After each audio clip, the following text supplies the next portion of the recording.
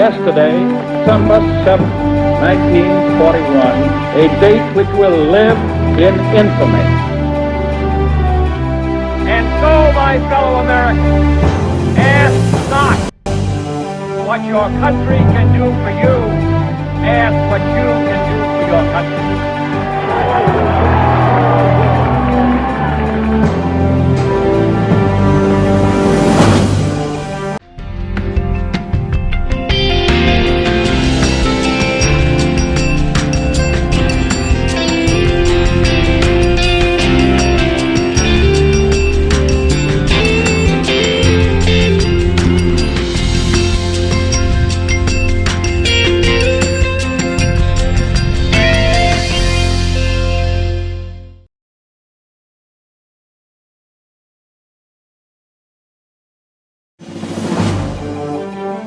Yesterday, December 7, 1941, a date which will live in infamy. And so, my fellow Americans, ask not what your country can do for you, ask what you can do for your country.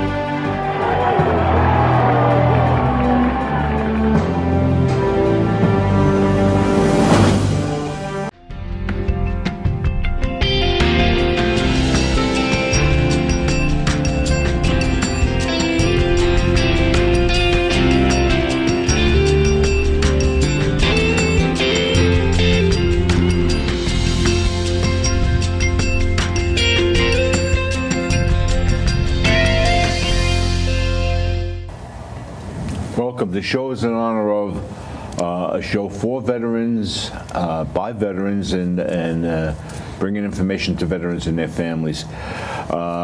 Today we have some very special friends of ours. As a matter of fact, we're going to rename the show the Rolling Thunder Show. How's that? With us we have President Mike Argiulio from Chapter 2 of Rolling Thunder. Mike's been with us a number of times and he brings a lot of information. And of course my co-host, Paul Dietrich. Mike, tell us your entourage. Who do you have with you today? Posse. We have Nicole, Richie, and Alex Morocco. Okay. How's the organization doing? We're doing just fine. You've been busy. You're going to be busy too, right? We have been busy. At the weekends for the summer are full. We're right now in the planning stages for our annual DAV ride, as we've called it in the past, but this year we're going to rename it, and we're going to funnel some of the funds to local veterans as opposed to solely for the disabled American veterans. We've been very fortunate. We've been able to assist local veterans through both through Rolling Thunder Charities, which is a 501c3, and through the chapter money that we have. Right. But you know, this year we decided to rename our DAV ride because some people in the motorcycle community may know we lost our matri, I'm losing my thought here. Founding member. Yeah, founding member. Well, Frankie Tokar Appice passed away in January. He was my mentor and the mentor of a lot of others. And his daughter Nicole is here with us, and she can give you more insight into Frankie. But we decided to rename the run in his honor. So now, this year and moving forward from this point forward, it will be called the Frankie Tokar Appice Memorial Three-Borough Ride. In this way, we want to try and honor Frank's memory and honor Frank for what he's done for the organization, how he respects the POW issue, and how he's instilled it in all of the members. That's right. Yes. Nicole, tell us about your dad. He's my hero, my mentor, everybody in the family. He's a proud American, and he made that known to everybody, and he adored his Rolling Thunder family. And he's one of the reasons why I joined Rolling Thunder as well. And my dad served in the Navy from 55 to 58, and he was on the USS Intrepid, and he was part of the Crew Members Association. He was involved in everything, and what he loved was to take care of his veterans and make sure that he was there to support them. And he loved to ride his motorcycles. He's been riding for like 65 years, forever. And his grandchildren loved to ride with him. We all loved to ride with him. We all took turns. And he would ride his motorcycle proudly with his POW, MIA flag, his American flag, and his Rolling Thunder flag, very proudly. And I'm grateful to Rolling Thunder that they changed the name so my dad is never forgotten. I mean, he's an unbelievable man. Stories, many, many stories. And I'm proud to be his daughter, that's for sure. Okay. Well, one thing I can tell you that I know about your dad is he was a true American patriot. Yes, he was. Okay, he was a veteran. He loved the flag, and it meant the world of difference to him. You know, to have that flag. Yes. You know, like wear your colors. You know, you have to show it. Yes. And you know. Very proud. Very good. You did a very good thing, Mike, with that. I got to interrupt the whole proceeding for a second just to say something about Rolling Thunder. Go ahead. Okay. Rolling Thunder has got to be one of the most patriotic organizations I've ever seen. Okay? Thank you very much. You guys are there for everything. I mean, I see you in the schools, you know, talking about POW issues, you know, missing in action issues. I see you at virtually every parade. I see you raising money to help veterans, and I've never seen a group with such heart. And if you go way back in years, and the stigma that was attached to being a motorcycle rider could never, ever exist under these circumstances. You guys are true American patriots. Oh, thank you very much. Thank you. It's not about the motorcycle. The motorcycles are mean to get your attention. It's not about veterans. The organization consists of veterans, non-veterans, men, women, motorcyclists, non-motorcyclists, you know, anyone who wants to volunteer their time. I'm proud of the fact that the community is noticing, because without the community noticing, when we go out and canvass the community and ask for donations, it's difficult. We've taken great strides in putting ourselves into every aspect of the veteran community, of the veteran world, without being overbearing.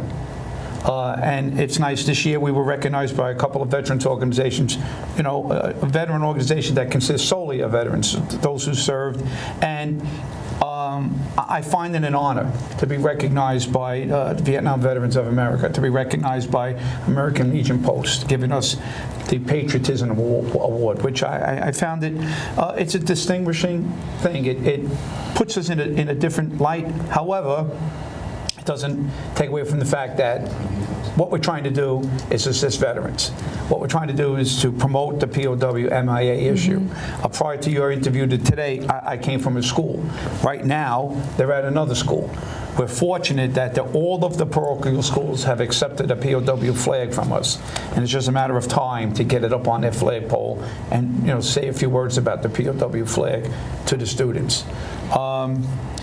You know, I like to see the patriotism in the Boy Scouts. We were recently at a flag retirement at the Boy Scout camp, and to see the parents instilling into the young children a sense of patriotism. You don't have to be radicalized. It's just a fact of patriotism, making them understand what's going on in the world outside of your school and your home. So I appreciate the fact that you're noticing, because I guess we're doing the right thing. You're doing the right thing. By all means, you're really doing the right thing. Rich, you have something you want to? Oh, well, basically, again, on our agenda of many things that we do as an organization is what's coming up is the New York City Wounded Vet Run. And it's being held on August 26th. This is Saturday. And it's for Corporal Mark O'Brien, and I'll read a small synopsis of what Corporal Mark P. O'Brien served 2 distinguished tours of duty as a United States Marine, the latter of which was during an arguably the most dangerous period of Operation Iraqi Freedom. Since returning to civilian life, Corporal O'Brien's actions and attitude off the battlefield continue to make his family, friends, community, country, and Corps proud. Corporal O'Brien first joined the Marines in 2001. That's specifically right after 9/11. That's what motivated him. At that time, he was working towards a degree in criminal justice to possibly pursue a future career in law enforcement like many of his family members. During his second tour in November of 2004, while conducting a weapons sweep through a city in Iraq that was geographically located within a particularly hostile area known as the Triangle, Corporal O'Brien was struck by a rocket-propelled grenade. The injuries sustained forced the amputation of one of his arms and one of his legs. After treatment abroad and at a military hospital stateside, Corporal O'Brien returned home, where he married and started a young family. He also began his new career as an emergency dispatcher for the Erie County Sheriff's Office, continuing to protect and serve the public. For his distinguished service to the United States, Corporal O'Brien has been awarded the Navy Achievement Medal, the Navy Accommodation Medal, the Global War on Terrorism Service Medal, and the Global War on Terrorism Expeditionary Medal, among other decorations. He and his wife live in Marilla with their 2 young children, Jack and Nathan. Now, the run is on Saturday, August 26th, 2017, and it's going to start at Empire Harley-Davidson. It's in New Rochelle, New York, and it's a police-escorted run, fully sanctioned, and it will finish at the Marine Corps League here on Staten Island. Excuse me. 46 Ontario Avenue. And all the proceeds from that are going to be helping Mark and his family, get out, for the different. When you have lost an arm and a leg, obviously I haven't, but you need special needs. You have special needs and special requirements in order to function within a home and within the world. And these funds that are raised go specifically to help them achieve that. That's very good. Now let me ask you something, both you and Mike. You mentioned 2 runs so far. How can the public take part, and how can they be of assistance to you with these runs? Obviously, not everybody has a bike that they ride, okay? But I'm sure there are a lot of people out there, there are a lot of veterans out there who would like to take part and do what they can to help. Well, in July, for our Frankie Tokar run, we start at the West Shore Little League.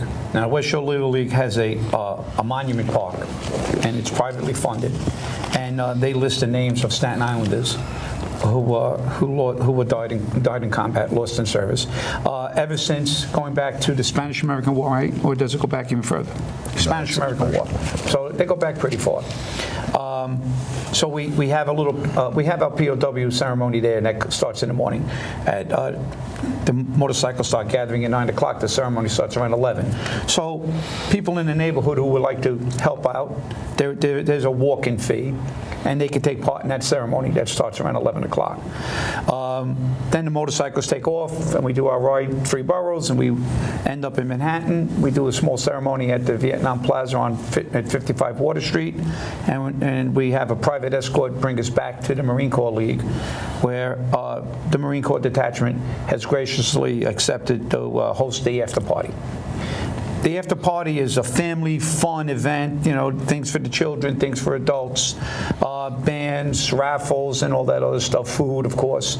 And the proceeds from that get put with the proceeds from the morning, and that all goes together into the fund to help, where we help veterans. So what we're looking for is, if you don't want to join us in the morning, you can certainly join us on the route. Cheer us on. Morningstar Road to Richmond Avenue to the Staten Island Express, where we get on by Lambert's Lane. When we're in Brooklyn, we traverse 14th Avenue and 86th Street.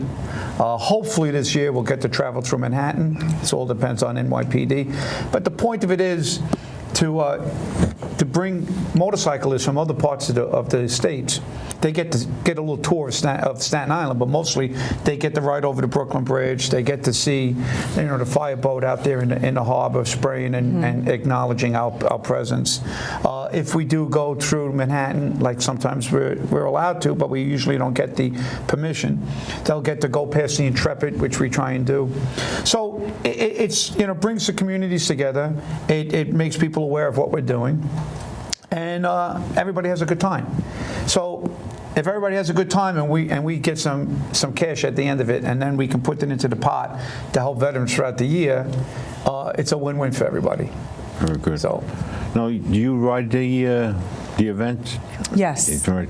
So you don't. I'm a passenger. You don't drive the bike yourself. You just. No, I'm a passenger. We'll take care of that. Very similarly as to what Mike had said, the way the public can support the run, obviously if this gets out to the motorcycle community, we would love them to participate. It starts at Empire Harley-Davidson.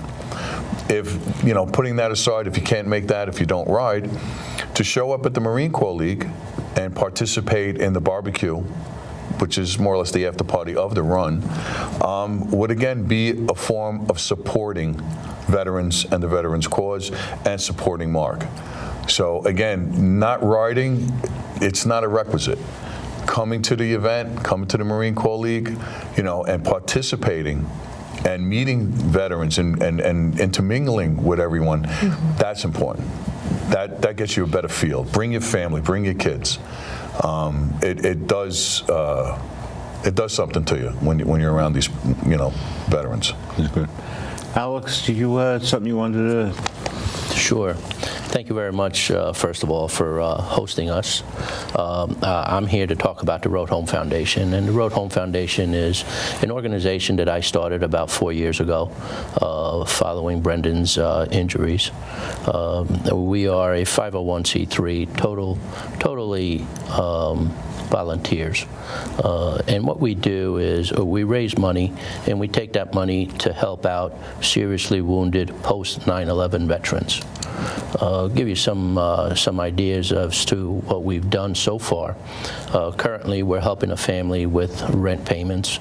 We're also helping a seriously wounded individual in New Jersey. We are re-landscaping his home. We sponsored a service dog.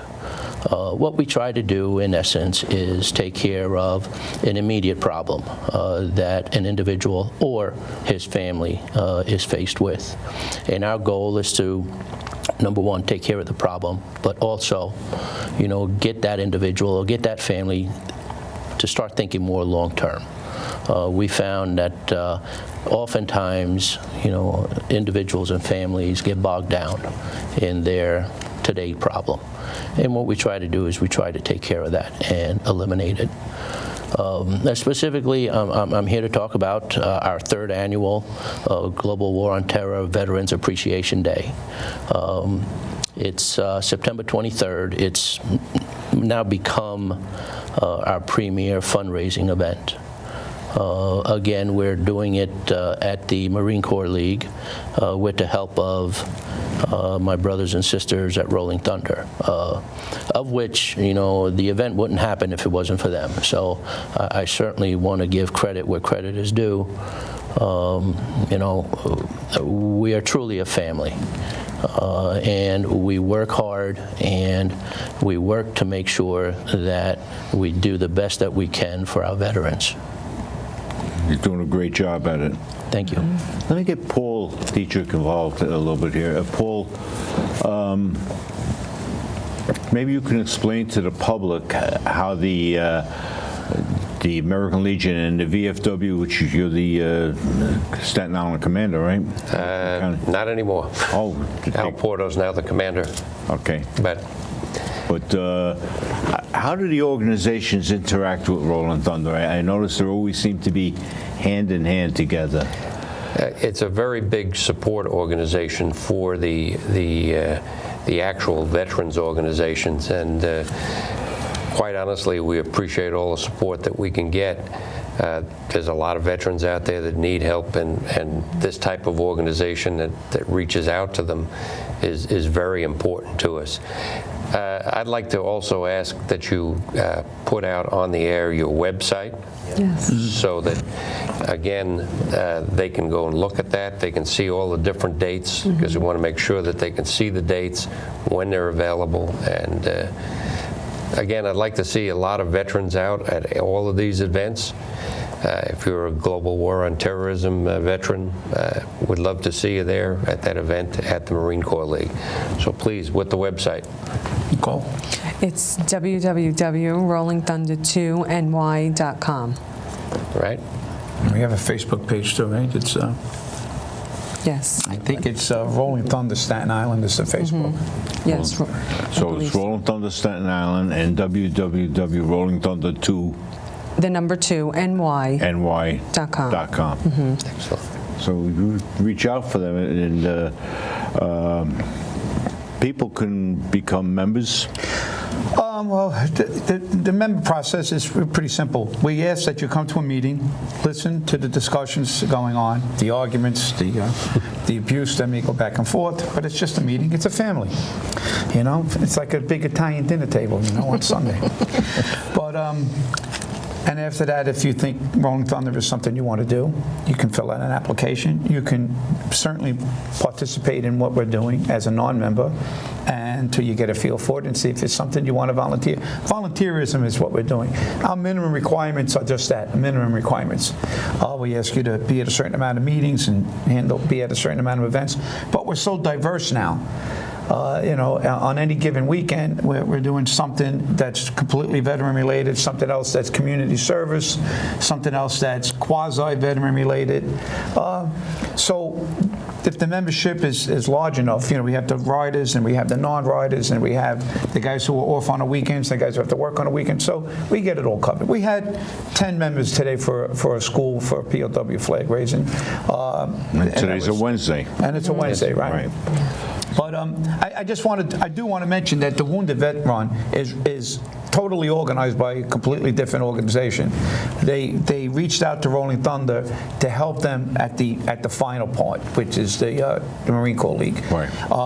We got involved in it just to be involved in a ride, and we kind of liked what their cause was. It's nice that they focus on one particular veteran, and that's who they have. And every year that veteran changes. We, on the other hand, try and help as many veterans as possible through the funds that we raise and through our own 501c3 Rolling Thunder charities. So, and like Alex, we help you get off that bump. Right. You know, and once you're off that bump, you know, try and make it so that you can make it on your own. We're currently working with the VA hospital through one of my members to help veterans transitioning from homeless to getting an apartment. So we somehow got into the furniture business. I don't know how this happened, but we're now in the furniture business. So people call us, they want to donate furniture, and we get that furniture, and we have a place to store it, the Alba House. It's something that we do as a community outreach, has graciously offered us some space in their storage facilities to hold the furniture while it goes from the donor to the donee. I don't think I'm saying that right, but you got what I'm saying. So these are all the things that we're doing. And it's all about the membership having this one common theme, and the common denominator for the members is we want to promote the POW issue. Let's not forget those who served. Amen. We're never going to forget Frankie. He's our mentor. Yes. You know, and we're going to pay that forward by not forgetting the others who served. You know, Bobby, who's not here today, Bobby Locks, he read the numbers from the most recent posting that I have. Every month I get a posting of World War II, Korean War, Gulf War, Cold War, Vietnam, those who are missing in action or POWs. The number goes down every month. Never goes up. Why? Because we're pushing forward. We're getting them to realize if you find the remains, let's tie those remains to the DNA we have. And now we have another family that's got closure. We're going to have a Korean War veteran going to be coming into New Jersey. They found his remains. They identified him. Now that family in New Jersey has got closure because their grandfather who fought in Korea has finally been found, the remains of course, and he can be buried with honor, as opposed to an empty casket. Mike, I think it's important that we stress again that you don't have to be a motorcycle rider without a doubt. to be a part of this. You have to be able to volunteer. You have to be able to volunteer. It's an organization where you don't have to be a veteran. No, sir. No. It is volunteerism. That's what we're talking about.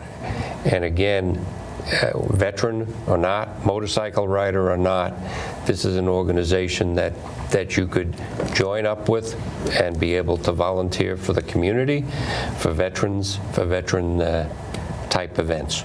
Absolutely. Thank you, Paul. I appreciate that. You know, I like to think of us as the conduit.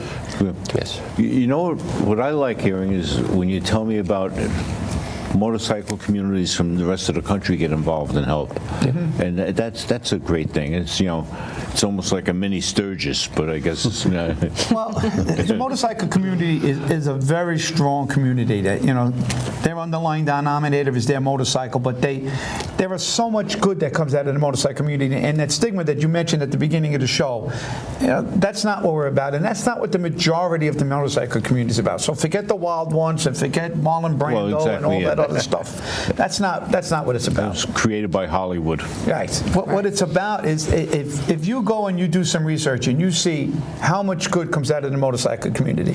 At any given time, you'll see breast cancer runs, all motorcycles, and they're gaining funds to help out breast cancer. You'll see toy drives. You'll see children with cancer. If there's a foundation out there that's in need of money, there's some motorcyclists out there that's going to do a ride, and the motorcycle community has always been there to come out there and give them their outpouring, and the foundation's always benefit by it. Every occupation you can think of, every career you can think of is represented in the motorcycle community. So it's a diverse group, and the willingness to help is just prevalent, throughout the entire community. If I may, there is one more event that we need to bring up before we're through. That's the important one. This is a big one. This one I think we're all very, very proud of. Yeah. Besides the DAV run, obviously, the Frankie Tokar run is our premier event, but just recently, and it was the first time was last year, we had an Oktoberfest. And what makes it special for us as Rolling Thunder and as an organization is that the 5 Rotary clubs of Staten Island came to us and wanted to do something for vets. We're talking Mid-Island Rotary, Staten Island Rotary, South Shore Rotary, North Shore Rotary, Gateway Rotary. These are the 5 clubs, the men and women, the businessmen and women of this island who want to support the veterans. And they're using, as Mike had so eloquently said, they're using us as the conduit, because we have the ability to reach out to the veteran community. And last year we had almost over 1,000 people at this event. And it's a really big, it's on October 14th. It's a Saturday, isn't it? Excuse me? It's a Saturday. Yes, it's October. We have a rain date of the 15th. It's at the Marine Corps League. This is not a motorcycle run. This is an event. This is a family-orientated event to bring. It's an Oktoberfest. Yes, we're going to be serving beers, and there's bratwurst and knotwurst. It's going to be there's a lot of different foods. One of the vendors is Nuremberger's. Is there, and we have a lot of beers, different beers. Staten Island beer is there. Budweiser donates a lot of different beers. It's a wonderful event. It's a family event. There's blow-ups for the kids to run around in, face painting, tattoos, for the kids. This is a big deal for us because all of the funds that are raised goes into the Rolling Thunder Charities account. Right. And it's used specifically and completely for our veterans. Again, alluding to what Mike had spoken to earlier concerning homeless vets. We now have the funds to purchase furniture. If it's not donated, we'll buy it. Yeah. If they need their mortgage paid, we'll pay it. They need their bills paid, we'll pay it. They need their medical bills paid. 1941, a date which will live in infamy. That's true. When they're jammed so, up, my fellow everybody gets jammed up. And veterans, again, they get jammed up because they're dealing with a lot. It could be the Vietnam era veteran, or it could be the present day veteran. They all need help. They need our help, and that's what we're there for. And that's what this Oktoberfest is for. Mike, Nicole, Frank, Alex, and of course, thank you for being here, as always. There's been a lot of valuable information for the public to know about everything. Thank you for having us. Thank you for watching in honor of. We love you for watching, and we'll keep bringing you programs like this. Good night. yesterday, December 7, 1941, a date which will live in infamy. And so, my fellow Americans, ask not what your country can do for you. Ask what you can do for your country.